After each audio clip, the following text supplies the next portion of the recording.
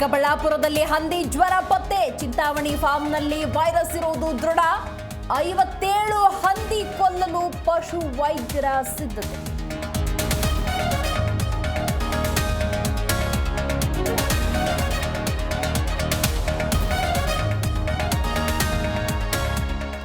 ಮಂಡ್ಯದಲ್ಲಿ ಹೃದಯಾಘಾತಕ್ಕೆ ಮತ್ತೊಂದು ಬಲಿ. ಆಟೋ ಚಾಲನೆ ಮಾಡುವಾಗ ಹೃದಯಾಘಾತ.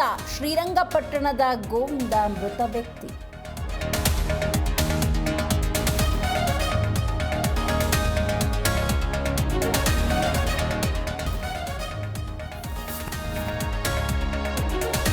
ಬೀದರ್ನಲ್ಲಿ ತುಂಬಿ ಹರಿತಾ ಇರುವ ನದಿ ಹಳ್ಳಗಳು.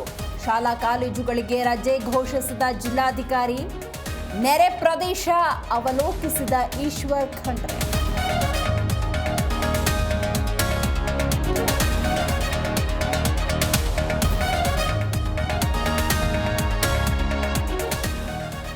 ಅವ್ಯವಸ್ಥೆಯ ಆಗರವಾದ ಮಧುಗಿರಿಯ ಸರ್ಕಾರಿ ಆಸ್ಪತ್ರೆ.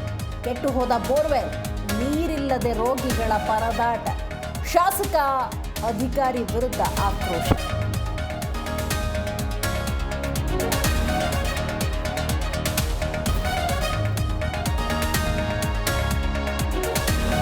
ಎರಡು ದಿನ ಜಪಾನ್ ಪ್ರವಾಸ ಕೈಗೊಂಡ ಮೋದಿ. ನೃತ್ಯ, ಗಾಯತ್ರಿ ಮಂತ್ರದ ಮೂಲಕ ನಮೋಗೆ ಭರ್ಜರಿ ಸ್ವಾಗತ.